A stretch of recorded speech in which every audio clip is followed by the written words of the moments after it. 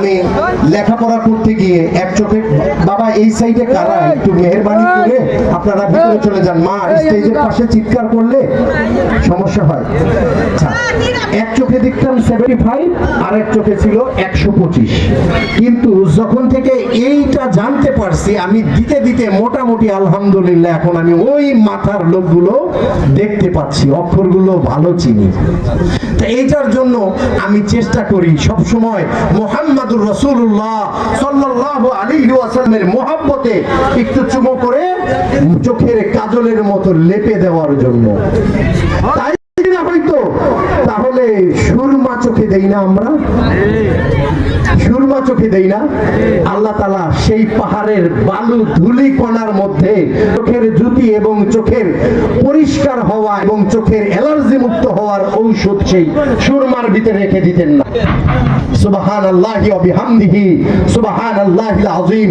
বাবা খারাপ লাগতেছে আমি বাদ দিয়ে দিব না, আরেকটু কথা বলবো আপনাদের, বেয়াদবি নেবেন, ক্ষমা করবেন। আপনারা যদি একটু মেহেরবানি করে একটু এগিয়ে আসতেন, ভিতর থেকে চেয়ারগুলো দিয়ে দেন, আর একটু আগে আগে বসতেন আমার জন্য ভালো। আপনারা দাঁড়িয়ে আছেন আমার কাছে দেখতে খারাপ লাগে, মা বাবা দেখতে খারাপ লাগে, একটু আগে বসেন না, আপনারা একটু গ্যাপগুলো পূরণ করেন। লা ইলাহা ইল্লাল্লাহ লা ইলাহা ইল্লাল্লাহ লা ইলাহা ইল্লাল্লাহ লা ইলাহা ইল্লাল্লাহ লা ইলাহা ইল্লাল্লাহ লা ইলাহা ইল্লাল্লাহ লা ইলাহা ইল্লাল্লাহ লা ইলাহা ইল্লাল্লাহ। আলহামদুলিল্লাহ, জাযাকাল্লাহ, শুকরান। আল্লাহ আপনার দরবারে লাখো শুকরিয়া, আমরা এখানে এখনো সুস্থ সবল এবং সুন্দরভাবে এখানে আসতে পারছি, এর জন্য আল্লাহ আপনার দরবারে লাখো শুকরিয়া। আলহামদুলিল্লাহ। ওয়াজিন যারা আছেন, মাওলানা সাহেব ওনারা ওয়াজ করবে, বাবা আমি ওয়াজ না, কিন্তু আমি এই দরবারের নগণ্য গোলাম ও খাদেম হিসেবে আপনাদেরকে কিছু কথা বলতেছি। আপনারা যদি কোনো কারণে আমার কথায় কষ্ট পেয়ে থাকেন, আল্লাহর ওয়াস্তে আমাকে ক্ষমা করে দিবেন। আর যদি কোনো কিছু তারপরেও আপনাদের বলার থাকে আমাকে এসে বলবেন, আমি স্টেজের পিছনে থাকবো, আমাকে আপনারা বলবেন, আমি সদরে মাথা পেতে নিব। আমি বলছিলাম গত বছরও যারা ছিলেন, বলছিলাম না বাবা যে আমার জীবদ্দশায় যতদিন পর্যন্ত আমি জীবিত থাকবো, আমার জীবদ্দশায় আমি চেষ্টা করব এই দরবারের খেদমত প্রতি বছরের ন্যায় আপনাদের সামনে আসতে এবং করতে। ইনশাআল্লাহুল আজিজ আমি এবছরও আসছি, আগামীতেও যেন আসতে পারি, এই জন্য আপনারা আমার জন্য দোয়া করবেন। এবং আমি যেই কথাগুলো বলতেছি হয়তোবা যারা নিছেন অনেকের কাছে এই কথাগুলো কষ্টে লাগবে, কষ্ট লাগবে, কিন্তু একবার বালিশে মাথা রেখে চিন্তা করে দেবেন যে আসলে এই কথাগুলো কি সত্যিই না মিথ্যা, আসলে এই কথাগুলো কি যুক্তিগত কিনা। আমি 40 বছর দরবারে গেছি ভাই, ও দোস্ত দুর্গ গানের মধ্যে শুনতেন, আপনারা শুনেন, এই যে একটু পরেই সামাকাওয়ালি হবে, 6 দিনে যার জ্ঞানাকি, মানে 66 বছরে যার জ্ঞানাকি ফুটে, কেউ 6 দিনে পায় 16 আনা, এরকম একটা গান আছে। হ্যাঁ, অনেকে আপনারা 66 বছর দরবারে মুর্শিদের গোলামি করতেছেন, কিন্তু এখনো পর্যন্ত কেন গেছেন সেটাই জানে না, কিসের জন্য গেছেন সেটাই মানেন না, আর কি হবে সেই অনুযায়ী চলেন না, যার জন্য আপনার পাশের লোকজন আপনাকে দেখে নিন্দা করে। আর যদি আপনি সঠিক ও সুখে বলতে পারতেন, তাহলে আপনার দেখে আরেকজন আপনার মোর্শেদ কেবলার কাছে যাইতো যে উনি সঠিক পথে আছে, এখানে গেলেই বোধ হয় এইরকম হয়। কি যায় কি যায় না, যায় কি যায় না। মোর্শেদের কাছে গেলে বলে আমিত্ব দূর করতে হবে, প্রথম কথা। আমার ভিতরে অহংকার, আমি ইউসুফ আলী সুমন, আমি এমপি ইলেকশন করেছি, আমি ঢাকা বিশ্ববিদ্যালয় থেকে মাস্টার্স কমপ্লিট করেছি, আমি জার্নালিজম থেকে 25 বছর সাংবাদিকতা করেছি, আমি এই বাড়ির জামাই। এইটা যদি ধরে রাখা যায় না, ফেলে দেওয়া না যায়, তাহলে জীবনে কোনোদিন তাসাউফের বিদ্যা আমার ভিতরে ঢুকবে না, আসবে না। এটা পৃথিবীর যত পীর সাহেবগণ আছেন কেউ বলতে পারবে না আমিত্ব ধরে রাখলে কখনোই আপনার ভিতরে নমনীয়তা আসবে না, আর পীরের কাছে গেলেও আপনার কাজ হবে না। তার মানে কি, প্রথম বাদ দিতে আমিত্ব, যেটা অহংকার। সৃষ্টির শুরুতে আল্লাহ, সৃষ্টির শুরুতে লানত প্রাপ্ত হয়েছে না শয়তান? এটার কারণেই তো, এই অহমিকার কারণেই তো, একটু অহমিকার কারণে আল্লাহ মানুষ বানাইছে প্রথম মাটি দ্বারায়, আনাইছে কারে দিয়ে? ফেরেশতা দ্বারায়। এবং ফেরেশতা মাটি দ্বারা আল্লাহ বানাইয়া রূহ দিয়া আল্লাহ নিজে বলছেন তিসজুদ, সিজদা করো। সমস্ত ফেরেশতারা সিজদা করছে, একজন করে নাই। আর তার সিজদা আল্লাহ করে নাই। আল্লাহর জমিনে চুল পরিমাণ জায়গা খালি ছিল না যে আল্লাহর সে সিজদা করে নাই। কে? মকরুম শয়তান। যার মকরুম বলে উপাধি পাইছে, শয়তান বলে উপাধি পাইছে। এই একটু অহমিকার কারণে সমস্ত ফেরেশতা আল্লাহর হুকুম মানলেন, কিন্তু তিনি মানলেন না। তিনি বললেন কি, যে না, আমি ঊর্ধ্বমুখী ফেরেশতা, আগুনের তৈরি আর মাটির তৈরি নিম্নগামী লোককে আমি সিজদা করব না। আর জানলো কি হলো? যার জন্য সে লানত প্রাপ্ত হলো, তাই না? এই লানত প্রাপ্ত হওয়ার কারণে, না না বসেন, এই লানত প্রাপ্ত হওয়ার কারণে সারা জীবন কিয়ামত পর্যন্ত লানতের মধ্যে থেকে গেল, সব জায়গায় সিজদা দিয়েও কাজ হইল না। তাইলে এই অহমিকা একজন কামেল মুর্শিদের কাছে গেলে নিজকে নিজে পরিবর্তন করতে বলে, প্রথমেই বলে আপনি আমি দূর করতে হবে, অহমিকা ফেলে দিতে হবে। তা যদি আমরা অহমিকা ফেলে দিতে পারতাম তাহলে কি আমাদেরকে ভণ্ডা বলতো? বাবা, বলার কোনো রাস্তা আছে? তাহলে আপনি কোন তাসাউফ ঢুকছেন, কোন তরিকতে ঢুকছেন, কোন ইলমে মারুফতে ঢুকছেন যে নিজের অহমিকা বাদ দিতে পারেন না? কি লাভ আপনার তরিকত করে? কি বাবা, কোনো লাভ আছে? আপনি কোন তরিকত করতে গেছেন? তাহলে আপনাকে দেখে মানুষ নিন্দা করবে না কি করবে? তাহলে কি করতে হবে? প্রথমেই আমাকে বুঝতে হবে মুর্শিদ কি করতেছে। পীর যদি ঘাস হয়, ভক্তি করো তাকে, দেবে মুক্তি, পাবে মুক্তি, যাবে না বিথায়।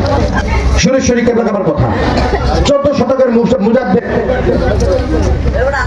সুরেশ্বরী কেবলা কাবা ওনার নিজের লেখা, যে যদি তোমার পীর ঘাস হয় নিজেকে পরিশুদ্ধ করো, তোমার তাতে কিছু যায় আসে না। তুমি তা বাক্য ও বাণীকে নিয়ে চলো, তাহলে নিজেকে পরিশুদ্ধ বলে মনে হবে। তাহলে আমি যদি পরিশুদ্ধ হয়ে রাগটা ফেলে দেই, নমনীয় হয়ে যায়, তাহলে আপনি কি আমাকে মারতে এসেও মারতে পারবেন? বাপ, পারবেন? পারবেন না। তাহলে এই যে আলহামদুলিল্লাহ ওনারা বুঝতেছে, দয়া করে ক্ষমা করবেন যদি আপনারা একটু বসেন, আমি সন্তুষ্ট হতাম, কিছু কথা বলতে আমার ভালো লাগতো। না হয়তো মনে হয় কি জানেন, আপনারা মনে মনে বলতেছেন বেটা বক বক বন্ধ কর, গান দে তাড়াতাড়ি, শূন্য জায়গা। একটু আপনারা যদি আগে বসেন, এই যে সামনের যে গ্যাপগুলো, মুরব্বী একটু সামনের গ্যাপগুলো একটু জিকিরে জিকিরে সামনের গ্যাপগুলো পূরণ করি। পিছনে অনেক লোক দাঁড়িয়ে আছে, ওনাদের কি একটু বসতে সুযোগ দেই। লা ইলাহা ইল্লাল্লাহ, লা ইলাহা ইল্লাল্লাহ। একটু আগে বসেন না বাবা, একটু আগে বসেন। লা ইলাহা ইল্লাল্লাহ, লা ইলাহা ইল্লাল্লাহ, লা ইলাহা ইল্লাল্লাহু মুহাম্মাদুর রাসূলুল্লাহ সাল্লাল্লাহু আলাইহি ওয়াসাল্লাম। যেখানে ছিলাম, তাহলে কি আমিত্ব দূর করতে হবে। দ্বিতীয়, আমরা গেছি, মুর্শিদ বলে হারাম ভক্ষণ থেকে বিরত থাকো, বলে না? হারাম ভক্ষণ থেকে মানে হারাম রোজগার খাওয়া থেকে বিরত থাকো। যদি আমি হারাম ভক্ষণ থেকে বিরত থাকতে পারতাম, তাহলে আমার শরীর ও বডি এবং আমার পরিবার হালাল ভাবে থাকলে, হালাল ভক্ষণ করলে তারা পুত পবিত্র থাকতো না বাবা? থাকতো কি থাকতো না? থাকতো। আচ্ছা, তৃতীয় নম্বরে কি বলে? মিথ্যা থেকে বর্জন হও, মিথ্যা কথা থেকে বিরত থাকো। যদি আমরা মিথ্যা কথা বাদ দিতে পারতাম তাহলে ওই আল্লাহর ওয়ালি না, আমি আপনি মুখ দিয়ে সত্য কথা আপনি 41টা দিন বলে দেখেন, বিসমিল্লাহ আপনি যদি পানিতে ফুদেন ইনশাআল্লাহ আজিজ আগুন ধরানোর নিয়ত করলেও আগুন জ্বলবে জ্বলবে জ্বলবে। এটা আল্লাহ বলছেন, বিসমিল্লাহর এত বড় বরকত। কিন্তু আপনার আমার মুখের কথায় কাজ হচ্ছে না। দোষ দেই পীর সাহেবের, আমি তো দোষ দেই, পাশের লোকজন আঙ্গুল তুলে আমাদের দিকে খারাপ মন্তব্য করতে সুযোগ পায়। কারণ আপনি আমি বলি নামাজ লাগবে না, পীর সাহেবের কাছে গেছি নামাজ দিয়ে কি হবে? খোদার কসম করে বলতেছি, কোন আউলিয়া ইকরামগণের রেকর্ড নাই যে তারা এক ওয়াক্ত নামাজ কাজা করছে, তারা কোনদিন তাহাজ্জুদ বাদ দিছে। তাহলে আপনি কোন হাদিস নিয়ে এইভাবে বড়াই করে মানুষের সাথে আপনি করবেন না, সেটা ভালো কথা। আপনি হেদায়েতের পথে আসেন, আপনি কল্যাণের পথে আসেন, কিন্তু অন্যের গালি শোনার জন্য নিজের মুর্শিদ পর্যন্ত গালি শোনান। তাসাহুফ, শরীয়ত, তরিকত, মারুফত যেটাই বলেন না কেন, শরীয়ত বাদ দিয়ে না, শরীয়ত বাদ দিয়ে না। আমাকে শরীয়তের বিদ্যা অর্জন করতে হবে, শরীয়ত মানতে হবে, শরীয়ত পালন করতে হবে, এরপরে আপনার মারুফত ইলমে লদুনি আপনাকে করতে হবে যদি আপনি তরিকতের দিকে আগান। গোপনে ইবাদত, গোপনে সালাত, গোপনে আপনার, কিন্তু প্রত্যেক আউলিয়া ইকরামগণ বলে দাইমি সালাত বাদ দেওয়া যাবে না, দাইমি সালাত বাদ দেওয়া যাবে না। এবং পীরের কাছে গেলে নিজকে নিজে মেরে ফেলতে হয়, নিজকে নিজে অর্পণ করতে হয়, অন্যের কাছে দিয়ে দিতে হয় যে আজকে থেকে আমি আমার না, আপনার ইশারায় আপনার কাছে তওবা করলাম। আপনি যেই পথ দেখাবেন, আপনি বাবা বাবা শব্দের অর্থ হচ্ছে পথ প্রদর্শক, যেই পথ আপনি দেখাবেন সেই পথে সত্য সুপথে চলবো। ওয়াদা করে আসছেন কিন্তু এরপর পিছনে গিয়ে আপনি উল্টে যাচ্ছেন, যার জন্য আমাকে নিন্দনীয় কথা শুনতে হয়। আর যদি আমরা ওই মুর্শিদের কথা শুনে নিজের পথ অনুযায়ী সুন্দরভাবে চলতে পারতাম তাহলে কখনোই তরিকতের প্রতি কেউ কোনোদিন আঙ্গুল তুলে তাকাতে পারতো না। পারতো কি পারতো না? পারতো না।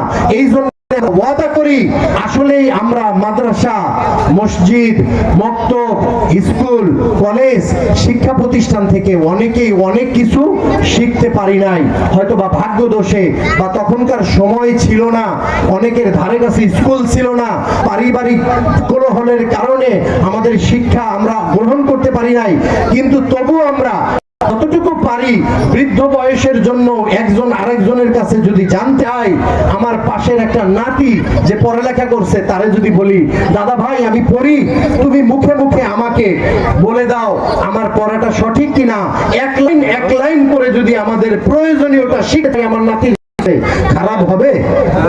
খারাপ হবে না লজ্জা লাগবে? তবু আমি মৃত্যুর আগে ভারবে বাবুন আমি একটা শব্দকে ক্লিয়ার করে অন্তত শিখে যেতে পারছি, সেটা আল্লাহর রাস্তা, আল্লাহর রাহে। আমি যদি আল্লাহর রাস্তায় একটা অক্ষর শিখতে পারি, আল্লাহ তাআলা হয়তো বা সেই উসিলায়ও আমাকে ক্ষমা করে দিতে পারে। এবং একজন কামেল মুর্শিদের কাছে যদি আমি যাই বা গিয়ে থাকি অথবা আগামীতে যাই, তবু যেন তার কথা ও নির্দেশিকা অনুযায়ী চলতে পারি। এই জন্য আমরা কি সবাই চেষ্টা করব না? আমরা কি আর আমাদেরকে গালি দিবে, তরিকতের মানুষকে গালি দিবে, এইরকম কোন কাজ করব? নিজের আমিত্ব দেখাবো?